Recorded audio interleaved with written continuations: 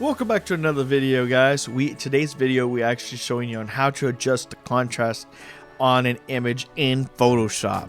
So let's get started.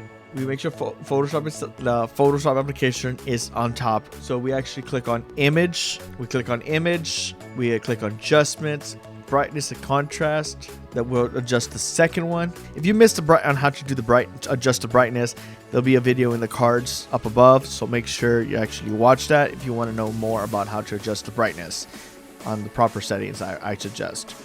So for the contrast, we'll actually adjust it because if you go lower, it makes the image kind of lighter and it doesn't pop out.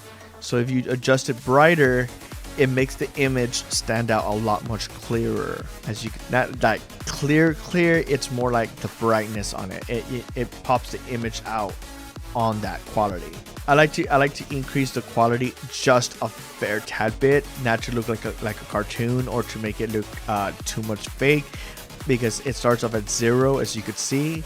If you start increasing it, you'll see the brightness start to pop out. Like if I max it out to 100, you see the flower is like so bright, and it doesn't look like a real flower. It looks like almost painted.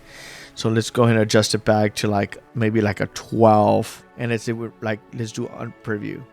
You'll see a very tad bit of a difference.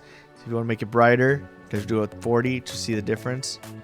It's up to you guys on what you prefer. I usually don't go too bright because I do some adjustments with the brightness to adjust all that stuff. So I make adjustments through the contrast through basically on the brightness. So if whatever y'all decide. Hope you enjoyed this video. If you like this video, if you want, make sure you smash that thumbs up. Hope to see you all next time. Any questions, comments, any type of application, videos, or anything you want me to make, comment down below. We'll see you next time. Peace, guys.